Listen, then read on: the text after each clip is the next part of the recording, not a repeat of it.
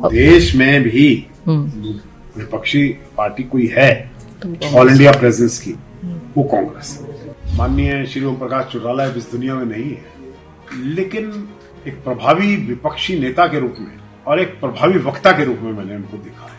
कांग्रेस आज भी एक मजबूत पार्टी है और एक प्रभावी विपक्ष देश के अंदर कांग्रेस हो सकती है।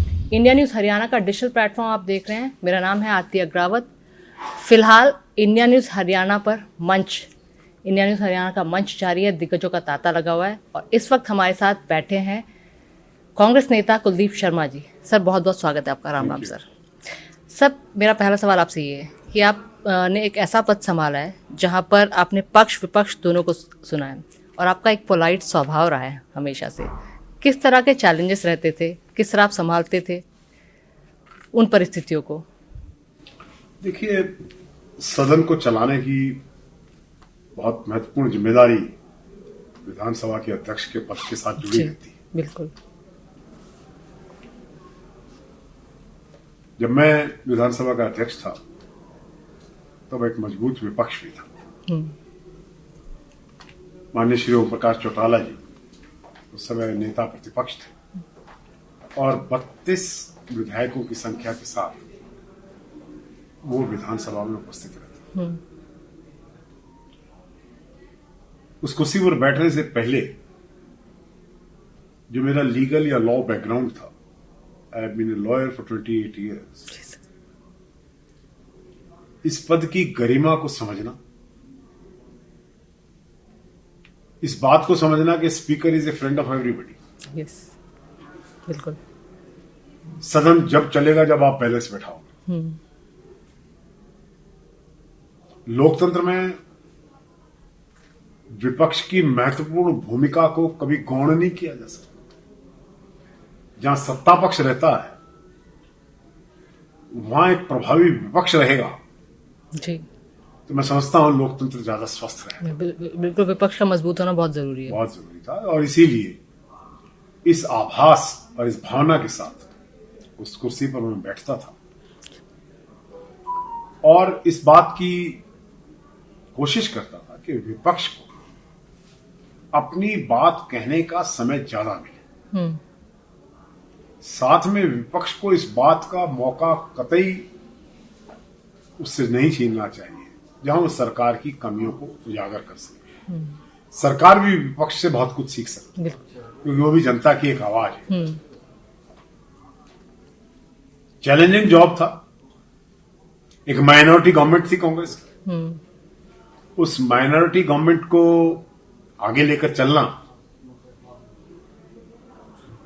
जहां सरकार के नेतृत्व की, जो सरकार का नेतृत्व कर रहे थे, उनकी जिम्मेवारी थी। वहां एक बैलेंसिंग एक्ट में बैठना सदन के अध्यक्ष के नाते मेरी जिम्मेदारी थी। माननीय श्री ओम प्रकाश चौटाला इस दुनिया में नहीं है, लेकिन एक प्रभावी विपक्षी नेता के रूप में और एक प्रभावी वक्ता के रूप में मैंने उनको देखा है। काफी असहज कर देते थे सरकार को। सारी परिस्थितियां देखनी पड़ती है। जो स्कीम है इंडियन कॉन्स्टिट्यूशन, इसको समझना चाहिए। हर आदमी को नहीं समझना। स्कीम यह है कि एक एग्जीक्यूटिव है which is a council of ministers headed by the chief minister, which is responsible to the house, legislature, assembly, उसके लिए प्रति उत्तरदायी है और उस असेंबली की अध्यक्षता विधानसभा का अध्यक्ष कर रहा है। बिल्कुल। तो इस बात को गंभीरता से समझना चाहिए। सर, कांग्रेस इतनी मजबूत पार्टी थी, क्या किसी की नजर लग गई है? जो 4 महीने हो गए हैं, आज 10 फरवरी है, अब तक नेता तय नहीं हो पाया है। मुझे आपकी प्रश्न से ऑब्जेक्शन नहीं है। इस बात से ऑब्जेक्शन है कि कांग्रेस एक मजबूत पार्टी थी। कांग्रेस आज भी एक मजबूत पार्टी है और एक प्रभावी विपक्ष देश के अंदर कांग्रेस हो सकती है। जो कश्मीर से कन्याकुमारी तक, गुजरात से लेकर आसाम की पहाड़ियों तक अगर किसी पार्टी का अस्तित्व है वो कांग्रेस है। वरना जो और पार्टियां हैं, जैसे आज भारतीय जनता पार्टी का भी अस्तित्व है बिल्कुल, लेकिन और जितनी पार्टियां हैं वो सब लोग क्षेत्रीय पार्टी है, दे आर रीजनल पार्टीज और उनका नेशनल अस्तित्व है। अगर आप ये कहें कि 240 बीजेपी के बने हैं और आज अगर एनडीए को मान लिया जाए 295 है, उनके मुकाबले में 232 विपक्ष के लोग हैं, इंडी गठबंधन के लोग हैं, आप 232 इन टोटल आए हैं। तो उसको ये कहा जाए कि ये कमजोर है? No, it's not that. लेकिन अपनी भूमिका के प्रति सजग रहना और अपनी भूमिका को, विपक्ष की भूमिका को प्रभावी ढंग से उठाने की क्षमता के साथ आगे बढ़ना, ये ज्यादा महत्वपूर्ण हो जाता है। और कांग्रेस को मैं समझता हूं कांग्रेस की एक जिम्मेदारी है, कांग्रेस का एक इतिहास है देश के स्वतंत्रता संग्राम के बाद देश के निर्माण में, और उस जिम्मेदारी और एहसास के साथ कांग्रेस का, जैसे आपने पूछ लिया कि थी, इस थी शब्द के साथ अब लड़ाई को लड़ना पड़ेगा। कांग्रेस है और रहेगी। ये सवाल सर इसलिए था क्योंकि इतना वक्त हो चुका है और एक तरह से संगठन तय नहीं हो पा रहा है, तो ये सवाल लाजमी था। हर कोई सोशल मीडिया, मैं डिजिटल से हूँ तो सोशल मीडिया पर तमाम तरह के सवाल उठते हैं। कहीं ना कहीं कांग्रेस का वर्चस्व, मतलब हर जगह वो हारती जा रही है। कुछ तो कारण रहे होंगे सर।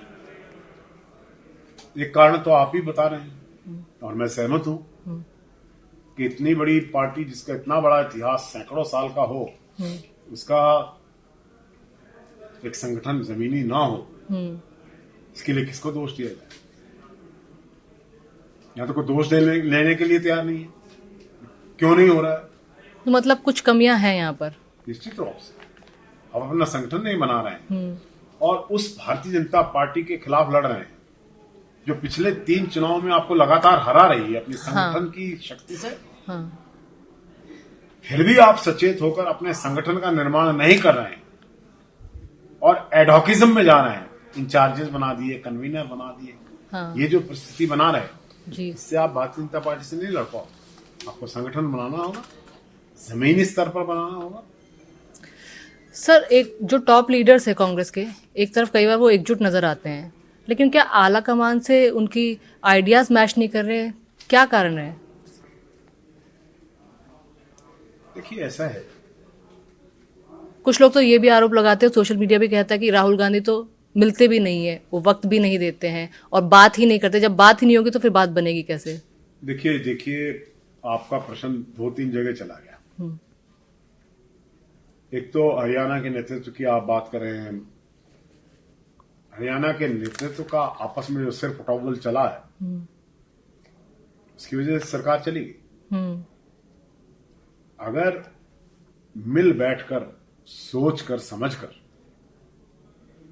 पहले ये फैसला लेते कि सरकार बनाएंगे, हाँ बिल्कुल, उसके बाद मुख्यमंत्री का फैसला हो जाएगा, तो सरकार भी बनती और मुख्यमंत्री भी बनता। लेकिन वो तो मुख्यमंत्री पहले बन रहे थे। हाँ, मतलब आप ये कह रहे हैं कि होड़ मुख्यमंत्री की थी, वो पहले ही बने हुए थे। इंतजार ही नहीं था किसी के दिल में कि कौन बनेगा, कब बनेगा। जब आप मुख्यमंत्री की होड़ में, रेस में इतने आगे पीछे हो रहे हो, आपको इस बात को नहीं समझ पाए कि भारतीय जनता पार्टी आपके मुकाबले में बराबर खड़ी थी पार्लियामेंट में। 10 साल की एंटी इनकम्बेंसी के बावजूद भी वो 5 सीटें और 45% वोट लिए हुए थे। बिल्कुल, आपके भी उतने थे, उनके भी इतने थे। फिर कितनी गंभीरता से आपको सोचना चाहिए था। ये सोचने की बजाय कि भारतीय जनता पार्टी से कैसे लड़ेंगे, वो तो इस बात से लड़ पड़े कि ए कैसे लड़ेगा, बी से कैसे लड़ेंगे, सी, बी से, ए से, डी से कैसे होगा, कौन मुख्यमंत्री की रेस में अभी से आगे निकल जाए, उस बात में लग गए लोग। फिर भी सरकार कांग्रेस की लाना चाहते थे। बिल्कुल सर, वेव पूरी कांग्रेस की थी, हुड्डा की भी लगा लीजिए। कांग्रेस ने अपने दरवाजे मूंद लिए सत्ता से और ताला लगा दिया हैरिसन का। तो खामियाजा भुगतना पड़ा कांग्रेस को ही। खामियाजा भुगतना पड़ा। और अब कौन सा क्योंकि इस बार तो बिल्कुल वेव थी, लोग हम जैसे युवा भी बात कर रहे थे, हर कोई कांग्रेस की बात कर रहा था। अब कौन सा सबक सीखे हैं? अभी एडोकिज्म पे चल रहा है। तो पार्टी में सब कुछ ऑल इज वेल होने वाला नहीं है क्या? क्योंकि बहुत लोग कांग्रेस से इमोशनल जुड़ाव भी रखते हैं, कांग्रेस को अगर इमोशनल जुड़ाव ना हो तो 39% वोट पड़ती है क्या? पार्लियामेंट में 45% से ज्यादा परसेंटेज ऑफ वोट कांग्रेस को मिली है जी। और जबकि मोदी जी का नेतृत्व के खिलाफ हम लड़ रहे थे। यहाँ तो 10 साल के एंटी इनकम्बेंसी से भी लड़ रहे थे। तो आप ये कह रहे हैं कि 39% वोट पड़ी, आप ये क्यों नहीं कह रहे हैं कि आपकी 46 से 39 हो गई? 46 से 39 जबकि होनी चाहिए थी 46 से 52। उसकी बात नहीं करते हैं। और जो हर चुनाव के बाद ईवीएम की बात की जाती है, अभी भी एक एमएलए साहब भी बैठे हुए थे, उन्होंने कहा कि आप बैलेट पेपर पे चुनाव लड़वाइए, हम जीत लेंगे। कांग्रेस के थे वो भी। देखिए, पार्टी की लाइन ये है कि ईवीएम पे चुनाव जब तक होते रहेंगे तब तक ये देश कभी न्याय नहीं कर पाएगा। आप इससे कितने सहमत हैं? मैं कांग्रेस का हूं तो सहमत है। तो जो पार्टी कह रही है उससे सहमत हूं। अच्छा, तो और नेता विपक्ष कौन बनने वाला है? कुछ इस पे बातचीत हुई है? जल्दी हम लोग नाम सुन सकते हैं कोई? नेता प्रतिपक्ष बनने वाला कौन है ये अलग बात है। किसको बनना चाहिए अलग किसको बनना चाहिए, बिल्कुल जो डिजर्विंग हो उसको ही बनना चाहिए। इसकी कोई चर्चाएं पार्टी में हो रही है? पार्टी में नेता प्रतिपक्ष के देखिए विधायकों का फैसला तो आ चुका है। अच्छा। विधायकों ने तो कह दिया कि पार्टी हाईकमांड जो फैसला करेगी स्वीकार्य रहेगा। The ball is in the court of the high command. तो हाईकमांड ने फैसला कर लेना है। तो हाईकमांड फैसला, उनको हरियाणा दिख नहीं रहा है, एक के बाद एक राज्य के चुनाव होते जा रहे हैं और 4 महीने बीत चुके हैं। अब तो कम से कम हाईकमांड को समझ जाना चाहिए ना कि अब तो नेता तय होना चाहिए, बिना लीडर के कुछ भी नहीं होता है।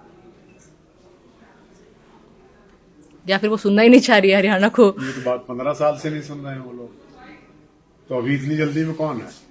अच्छा, तो ये तो हरियाणा के साथ नाइंसाफी कर रहे हैं। जब 12 साल 15 साल से जब से भी है ये संगठन का निर्माण नहीं हुआ है। हम 4 चुनाव से निकल चुके हैं जी, हार चुके हैं। हाँ। फिर भी हम सचेत नहीं हो रहे।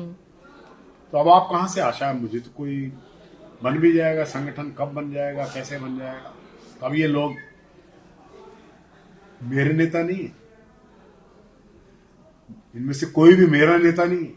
अच्छा। जिनका आप नाम ले रहे हो। अच्छा। हमारे नेता सोनिया गांधी हो सकती हैं, राहुल गांधी हो सकते हैं, खड़गे जी हो सकते हैं। अच्छा। किसी को कितना चांस मिला? हम नेतृत्व स्वीकार करते हैं केवल हमारे केंद्रीय नेतृत्व का, otherwise nobody is my leader. आप बीइंग ए कांग्रेस लीडर, आप किसको देखते हैं, कौन ज्यादा डिजर्विंग है नेता विपक्ष बनने के लिए, नेता प्रतिपक्ष बनने के लिए कांग्रेस में? क्योंकि आप इन एंड आउट सब कुछ जानते हैं। ये आप वो बात पूछते हैं जो बताने के काबिल नहीं। कौन होना चाहिए, कौन नहीं होना चाहिए, इस बारे में तो विधायक दल अपने फैसले को सुना चुका है। केंद्रीय नेतृत्व इस बात का फैसला करेगा। अब केंद्रीय नेतृत्व इस बात का फैसला कब करे ये मेरे हाथ में नहीं, क्या करे ये भी मेरे हाथ में नहीं। ऐसा लगता है कांग्रेस का हाईकमान हर चीज को बीरबल की खिचड़ी बना रहा है। चाहे लिस्टें आती है वो भी देरी से आती है, नेता तय नहीं हो पाता वो भी देरी लिस्टें आ रही है। जब चुनाव को लेकर लिस्टें भी आई थी वो भी सबसे लास्ट में आई थी, देरी से आई थी। कैंडिडेट्स की लिस्ट भी देरी से आई थी। कांग्रेस में एडॉकिज्म जब तक चलेगा, वे आप संगठन नहीं बना रहे हैं, इंचार्ज बना दो, कन्वीनर बना दो। हाँ, सब कुछ बनाया है इन्होंने। उनको कोई सीरियसली लेता नहीं है। अच्छा, जो अभी 17 जिलों के जिलाध्यक्षों की सूची है, हाँ, जिलाध्यक्षों की सूची नहीं हो, वो इंचार्ज है, कन्वीनर है, सह कन्वीनर है। उन सह कन्वीनरों को इकट्ठा बिठा के दिखा देना। फिर इस तरह निकाय चुनाव कैसे हो पाएंगे? किस तरह तैयारी है निकाय चुनाव? मैंने तो बहुत दिन पहले शायद आपके मंच से या कहीं से कहा था कि अब तो निकाय चुनाव की कल से नॉमिनेशन स्टार्ट हो रही है। कल से नॉमिनेशन स्टार्ट हो रही है। बीजेपी ने पूरी तैयारी कर ली है। और मैंने कहा था कि हमें तैयारी करनी चाहिए। जब मैंने कहा था उस बात को 1-1.5 महीना हो चुका। अच्छा। अब तैयारी के तौर पर इंचार्जों की लिस्ट आई, जो अगले दिन बदल दी गई, तीसरे दिन विड्रॉ कर ली गई, चौथे दिन नई लिस्ट आई, 5वें दिन उस लिस्ट में संशोधन हो गया और अब एक लिस्ट और आ रही है, ऐसा मुझे सुनाई दिया। संशोधन भी हो गया और अब एक और लिस्ट आ रही है। और कहा जा रहा था कि इस लिस्ट में उदय भान और हुड्डा की कोई सहमति नहीं थी। देखिए, इतनी अंदरूनी बात, ये इतने बड़े नेता हैं दोनों, भूपेंद्र सिंह हुड्डा जी और माननीय चौधरी उदय भान के, उनके बारे में मेरे जैसा छोटा आदमी, छोटा मुंह बड़ी बात हो जाएगी। अच्छा। इतने बड़े नेताओं के बारे में किसी भी प्रकार की राजनीतिक टिप्पणी करके मैं कोई रिस्क नहीं उठाना चाहता कांग्रेस। अच्छा सर, लाखों करोड़ों युवाओं की रोजगार की बात बीजेपी करती है और अभी पिछले हफ्ते ही 104 भारतीयों को डिपोर्ट किया गया यूएस से, 34 हरियाणा के थे। तो जब लाखों करोड़ों नौकरियां दे रही है गवर्नमेंट, तो ये सारे के सारे युवा अभी तक आप मुझसे जितनी बात कर रही थी राजनीतिक थी, मुद्दों की बात आज आपने अब छेड़ी, क्योंकि ऑडियंस सारी सब कुछ जानना चाहती थी। हाँ, कि हरियाणा देश का प्रथम पंक्ति का प्रगतिशील राज्य रहा और हरियाणा का महत्व नेशनल कैपिटल के 3 तरफ होने के कारण और भी बढ़ जाता। हरियाणा में प्रतिभा की कमी नहीं है,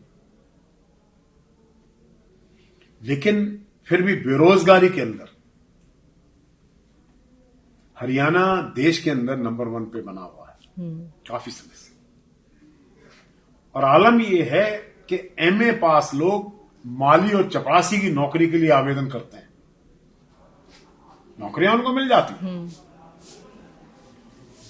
इस परिस्थिति से निकलने के लिए, अब जैसे ये लड़के आ गए, ये एक्सोडस में, हाँ,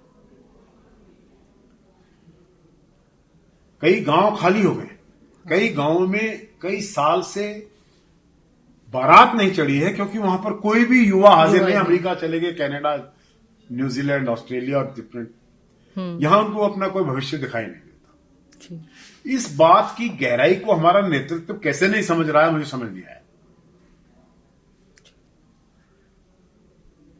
हरियाणा का एक और प्रश्न है, जो एक हरियाणवी होने के नाते में पूछ रहा। मैं बॉयहुड में चंडीगढ़ आया था, my father was a minister. अच्छा। मैं यहां कॉलेज में पढ़ा, कुछ वर्ष स्कूल में पढ़ा। वो जो उस समय की अनुभूति मैं आज बता रहा हूं, और आज भी है। मेरे परिवार में मेरा बेटा और आज भी चंडीगढ़ रहते हैं। चंडीगढ़ से कभी सेंस ऑफ बिलोंगिंग हमारी डेवलप ही नहीं। अच्छा। हरियाणा के लोग चंडीगढ़ में ऐसे विचरते हैं जैसे लंदन के अंदर घूमते हैं। हमारी कोई आइडेंटिटी नहीं है हरियाणा की चंडीगढ़ में। हमारे एम्प्लॉइज हैं यहां, जो भी हरियाणा के लोग चंडीगढ़ में रह रहे हैं वो लोग रह रहे हैं, या तो वो वकील हैं या एम्प्लॉइज हैं। हमारी कोई कल्चरल आइडेंटिटी के लोग नहीं यहां रहते। हाँ, नहीं रहते, सच्चाई। हमारा जो 80% से 85% जो संपत्ति है चंडीगढ़, वो पंजाब के लोगों के हाथ में। वेयर इज हरियाणा इन चंडीगढ़? और हिंदुस्तान के बाकी राज्यों से पूछा जाए तो वो तो पंजाब। हमारा जो पिछला नेतृत्व रहा, चाहे वो चौधरी देवीलाल जी रहे या कोई भी रहे, मैं सम्मान से नाम लेना चाहता हूं चौधरी साहब का। उन्होंने बहुत संघर्ष किया, देश के बड़े नेता थे। कोई भी नेता रहा, कोई भी मुख्यमंत्री रहा, वो हरियाणा के कैपिटल के मुद्दे को नहीं सुलझाता, जिससे हमारी अलग आइडेंटिटी बनती, हमारी अलग डेवलपमेंट होती, हमारे युवाओं को अपने अलग अवसर मिलते, सुअवसर मिलते, हमारा अपना रोजगार उत्पन्न होता। उस तरफ हम कभी नहीं, हम डरे। सर, अभी केंद्र सरकार ने आम बजट जारी किया, 12 लाख से सालाना आय वाले लोगों को टैक्स मुक्त कर दिया, और उसके बाद सीएम सैनी ने भी पीसी कर ये कहा कि ये हरियाणा का आत्मनिर्भर हरियाणा का बजट है। अभी हरियाणा का बजट भी आने वाला है, तो विपक्ष के तौर पर कांग्रेस क्या क्या मुद्दे उठाने वाली है? देखिए, ऐसा है कि ये जो बजट आया है इसके कई सकारात्मक दृष्टिकोण भी है। 12 लाख की इनकम को टैक्स फ्री करना और कई इसके मुद्दे हैं जो सामान्य जनमानस को भाए। बजट की प्रशंसा हुई है। बजट पेश करके दिल्ली का चुनाव भी भारतीय जनता पार्टी जीत चुकी है, क्योंकि एक बहुत बड़ा वर्ग वहां पर एम्प्लॉइज का भी है। लेकिन more than a good budget is a clever budget. आप लोगों की जेब में पैसा निकाल लेने का एक नायाब तरीका इस सरकार ने निकाला है। अच्छा। और टैक्सेशन में कोई राहत सिवाय इनकम टैक्स में जो और टैक्स बेनिफिट्स जनता को पास ऑन करने चाहिए थे ताकि स्पेंडिंग बढ़े, उस तरफ ये बजट नहीं गया, स्पेंडिंग को प्रमोट करने के लिए। सेकेंडली, एम्प्लॉयमेंट, देखिए इट्स ए बिग इशू। दुनिया का सबसे ज्यादा जनमानस हिंदुस्तान में रहता है। We are the largest population wise country in the world now. We have surpassed China. जब ये हमारी जनसंख्या बढ़ रही है तो इसमें बेरोजगार भी बढ़ रहे हैं। किसानी के अपने मुद्दे हैं। किसान को एग्रीकल्चर मार्केट इकोनॉमी की तरफ न मोड़ के सिर्फ उसके खाते में पैसे डाल देना, ये कोई अच्छी रणनीति नहीं है। अच्छी मार्केटिंग स्ट्रेटेजी सरकार किसान के लिए बनाए। उसकी फसल जब मंडी में आए तो वो उसके भाव सही मिले, नॉट बिलो द एमएसपी और वॉट एवर। उस परिस्थिति की ओर किसान की लेके जाना चाहिए। आज भारत एक मजबूत राष्ट्र बन रहा है। ये मैं नहीं कह रहा हूं कि केवल भारतीय जनता पार्टी की सरकार में मजबूत राष्ट्र बना है। मजबूत राष्ट्र बनने में एक लंबा सफर देश ने तय किया है। इसमें कांग्रेस की सरकारों का बहुत बड़ा योगदान रहा है। और एक पेडेस्टल, एक फाउंडेशन पर बना हुआ भवन कांग्रेस ने भारतीय जनता पार्टी को सौंपा है। देश को आगे बढ़ना है, इस बात को तो कोई नहीं रोक सकता। बिल्कुल। अब वो 0 से 65-70 पे कांग्रेस के समय में पहुंचे, अब 70 से आगे की दौड़ चल रही है। इस परिस्थिति को भी संभालना चाहिए। कांग्रेस के समय में जब भी कांग्रेस का नेतृत्व मजबूत रहा, भारत की अंतर्राष्ट्रीय प्रतिष्ठा रही। और अंतर्राष्ट्रीय प्रतिष्ठा बनाने के लिए भारत में एक स्थायी केंद्रीय नेतृत्व होना आवश्यक है।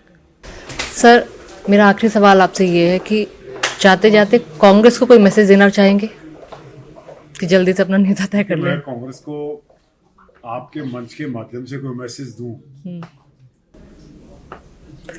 मैं समझता हूँ उचित नहीं है। क्योंकि कांग्रेस में बैठकर हमारा नेतृत्व बैठेगा तो मंच साझा होगा, तब अपने मन की जो भावना है, जो मैंने आपसे भी कह दी, किसी भी मंच पे कहने से मैं कभी गुरेज नहीं करता हूँ, वहां भी कह दूंगा। ये सवाल मेरा आपसे और कहता आया हूं। जी, ठीक है। हाँ। और कहने के बाद सुना नहीं, सुनने के बाद अमल नहीं हुआ, और उसके बाद ये हाल हो रहा है। बुरा लगता है कि इतना कहने के बाद भी? नहीं, जिस पार्टी में हमारी 3 पीढ़ियां चल रही हैं जी, उसमें अगर कोई कमी है या आज के दिन उसमें सुधार की आवश्यकता है, तो सुधार की आवश्यकता की ओर हम बढ़े, जी, बजाय इसके कि पार्टी की कमी अगर हम कहें है तो उस कमी को सुधारना चाहिए, हरियाणा उस तरफ कदम बढ़ाना चाहिए। क्योंकि हरियाणा की जनता का जुड़ाव अभी भी देखा जा सकता है कि कांग्रेस से है, और देश में भी विपक्षी पार्टी कोई है ऑल इंडिया प्रेजेंस की, वो कांग्रेस है। हरियाणा के अंदर भी इंडियन नेशनल लोकदल का अस्तित्व समाप्त हो चुका है। जननायक जनता पार्टी को 2% भी वोट नहीं। आम आदमी पार्टी दिल्ली में समाप्त होने के बाद हरियाणा में तो समाप्त हो चुकी थी। हरियाणा में तो खैर उठ ही नहीं पाती, कोई रेलेवेंस रही नहीं थी कभी। तो अगर भारतीय जनता पार्टी कोई टक्कर दे सकता है या दे रहा है या देने की क्षमता रखता है तो कांग्रेस कोई बड़ी बात नहीं है।